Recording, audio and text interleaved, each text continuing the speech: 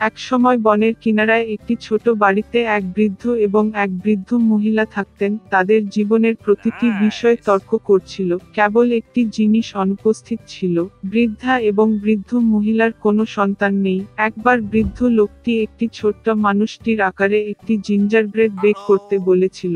বুড়ো মহিলা শস্যাগার দিকে তাকালো এবং প্রায় কোনো ময়দা অবশিষ্ট ছিল না। তিনি একটি বাটি নিয়ে গেলেন এবং বাক্সের সাথে স্ক্রাব করে নিচে বয়ে গেলেন এবং 2 মুঠো আটা 1 মুঠো জড়ো করলেন। বুড়ো মহিলা টক ক্রিম দিয়ে ময়দা গাঁথল এবং যখন সে টেবিলের উপর একটি জিঞ্জারব্রেড বের করছে, তখন সে তা নিয়ে একটি ছোট পুরুষের আকারে তৈরি করেছিল।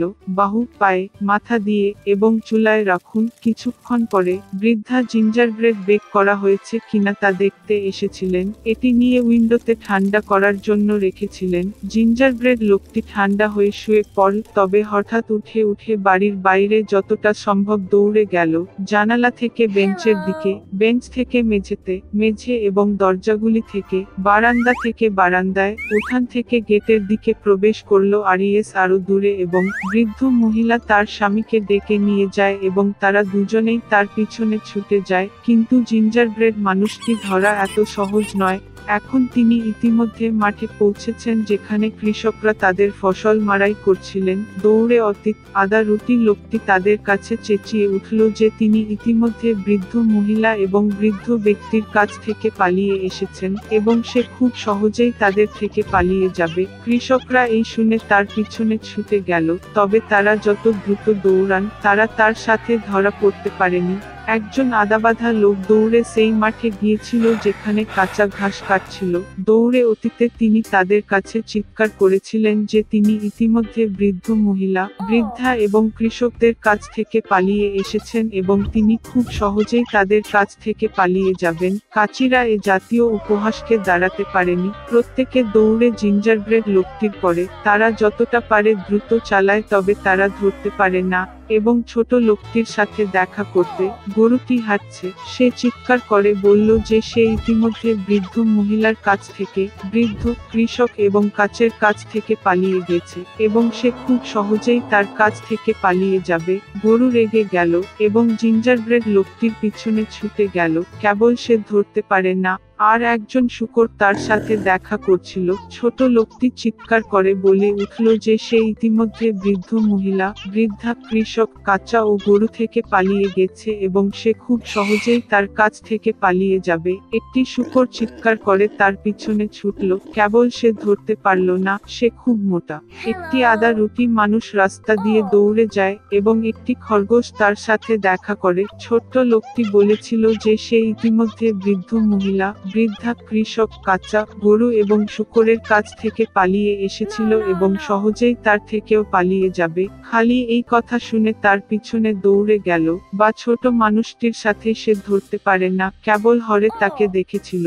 একটি জিঞ্জারব্রেড লোক ছুটে আসে এবং একটি নেকড়ে তার সাথে দেখা করে। আমি আপনাকে খাবো, বলে। আর ছোট লোকটি উত্তর দিল যে সে ইতিমধ্যে বৃদ্ধ মহিলার কাছ থেকে, বৃদ্ধ, কৃষক, কাঁচা, গরু, শূকর এবং খড়ের কাছ থেকে পালিয়ে গিয়েছিল এবং সেও খুব সহজেই তার কাছ থেকে পালাতে পারত।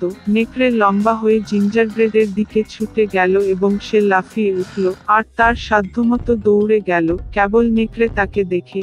একটি জিঞ্জারব্রেড লোক ছুটে চলেছে এবং একটি বিশাল ভালুক তার সাথে দেখা করছে। তার ছোট মানুষটি ভয় পেল না, কিন্তু চেঁচিয়ে উঠল যে সে ইতিমধ্যে বৃদ্ধ মহিলার কাছ থেকে, বৃদ্ধা, কৃষকদের কাছ থেকে, কাঁচা থেকে এবং গরু থেকে, শূকর থেকে, খড়ের কাছ থেকে এবং নেকড়ে থেকে পালিয়ে গেছে এবং সেও খুব সহজেই তার কাছ থেকে পালিয়ে যাবে। একটি প্রচণ্ড ভালুক তার পায়ে স্ট্যাম্প লাগালো এবং তার পিছনে দৌড়ে গেল, তবে ভালুকটি খুব দ্রুত ধীরে ধীরে পড়েছিলেন।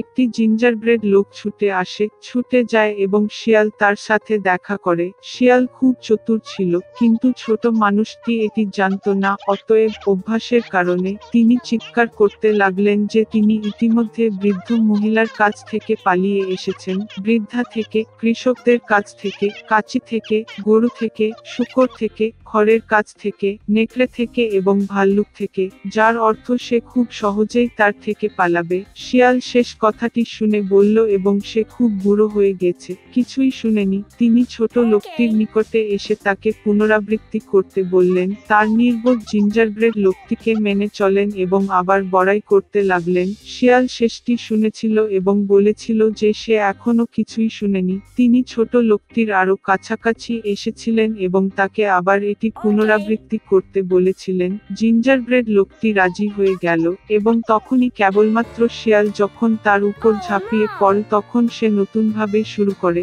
এবং এটি খেয়ে ফেলল, আর জিঞ্জারব্রেড মানুষটি আর গর্বিত হয় না।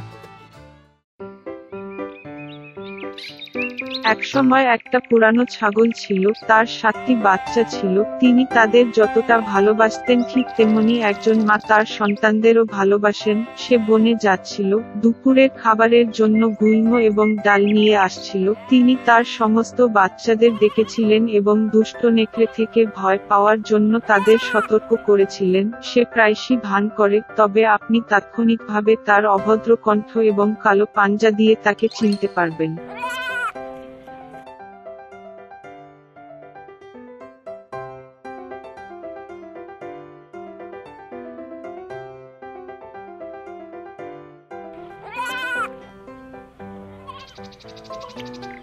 বাচ্চারা সমস্ত কিছু বোঝে এবং তাদের মাকে আশ্বাস দেয় যে তারা খুব যত্নবান হবে। পুরানো ছাগল শান্তভাবে রওনা। অল্প সময় কেটে গেল, হঠাৎ কেউ দরজায় কড়া নাড়ল এবং একটি অভদ্র কণ্ঠে চিৎকার করল যে বাচ্চাদের তাৎক্ষণিকভাবে এটি খোলার উচিত, কিন্তু রুক্ষ স্বর থেকে বাচ্চারা বুঝতে পেরেছিল যে এটি একটি নেকড়ে।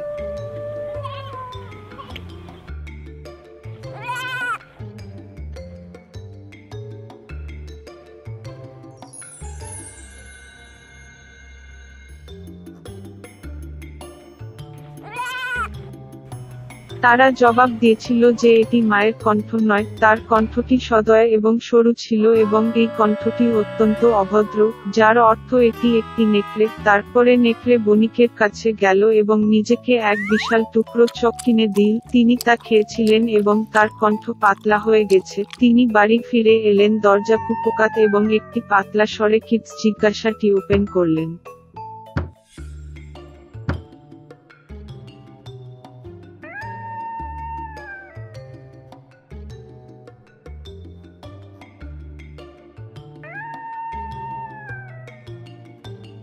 নেকড়ে জানালায় পা রেখেছিল এবং অপেক্ষা করে। বাচ্চারা তাকে দেখে এবং উত্তর দিয়েছিল যে মায়ের পাঞ্জা কালো নয়, সাদা ছিল, যার অর্থ এটি একটি নেকড়ে। অতঃপর নেকড়ে দৌড়ে বেকারির কাছে গেল এবং তাকে কিছুটা আটা দিতে বলল। নেকড়ে তার পাটাকে আটা দিয়ে অভিষেক করল। ভিলেন তৃতীয়বারের মতো দরজার কাছে এসে তার সাদা পাটি জানালায় রেখে নক করলেন।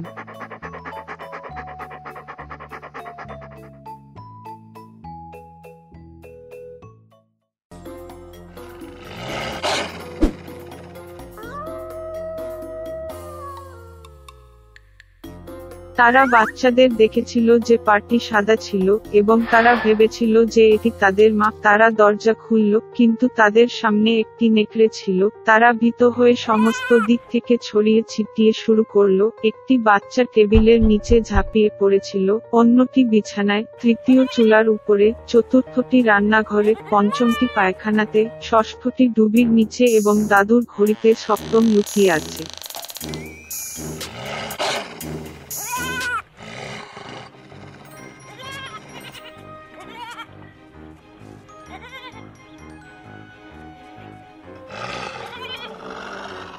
কিন্তু নেকড়ে সব খুঁজে পেয়েছিল, তার চোয়াল খুলেছিল এবং একে একে গ্রাস করেছিল। কেবলমাত্র একটি জিনিস তিনি খুঁজে পেলেন না, সবচেয়ে কনিষ্ঠ, যিনি ঘড়ির মধ্যে লুকিয়েছিলেন। তার ভরাট খেয়ে নেকড়ে চলে গেল। সে গাছের নিচে সবুজ ঘাড়ে প্রসারিত হয়ে ঘুমিয়ে পড়ল। শীঘ্রই বন থেকে একটি পুরানো ছাগল বাড়িতে এল। ওখানে কি দেখেছিল? দরজা প্রশস্ত ছিল।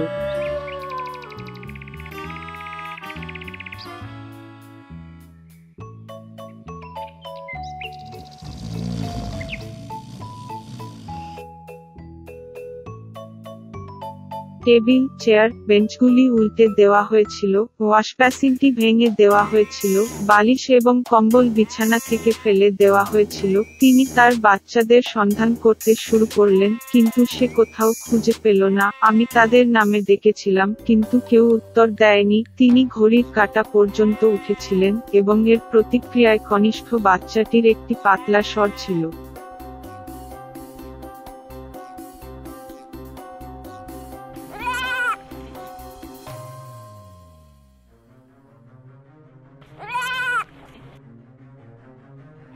তিনি তাকে সেখানে থেকে নিয়ে গিয়েছিলেন এবং তিনি বলেছিলেন যে একটি নেকড়ে এসে সবাইকে খেয়ে ফেলল। ছাগলটি কিভাবে তার দরিদ্র বাচ্চাদের জন্য কাঁদল।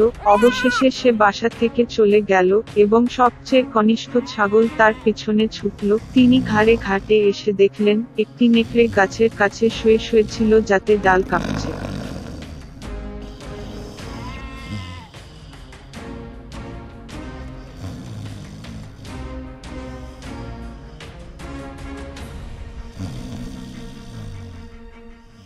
তিনি চারদিক থেকে তার দিকে তাকিয়ে দেখলেন যে তার ফোলা পেটে কিছুটা চলছিল এবং ভেসে উঠছে। তিনি অনুমান করেছিলেন যে এগুলি তার সন্তান, এবং তারা এখনো বেঁচে থাকতে পেরে খুব খুশি হয়েছিল। তিনি বাচ্চাটিকে যত তাড়াতাড়ি সম্ভব বাড়িতে চলে যেতে এবং কাঁচি, একটি সূচ এবং সুতো আনতে বললেন।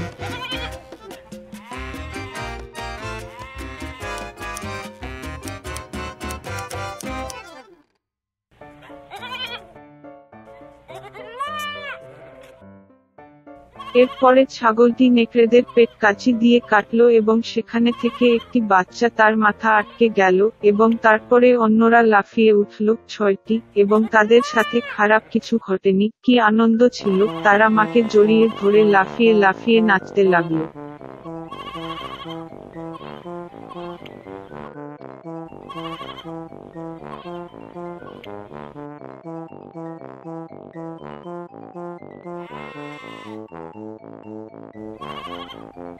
তারপরে বৃদ্ধা ছাগলটি বলল যে ঘুমন্ত অবস্থায় নেকড়েটিকে পাঠ শেখানো ভালো লাগবে। তারা পাথর টানল এবং নেকড়েদের পেটে ভরিয়ে তুলল।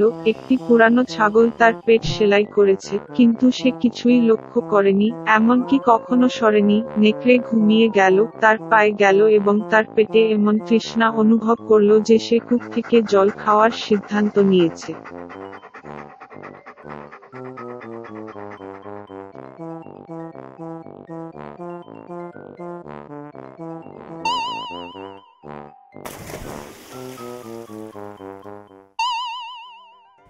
তিনি সবেমাত্র কূপের নিকটে গেলেন, জলের দিকে নেমে গেলেন এবং ভারী পাথর তাকে কূপের নিচে টেনে আনল।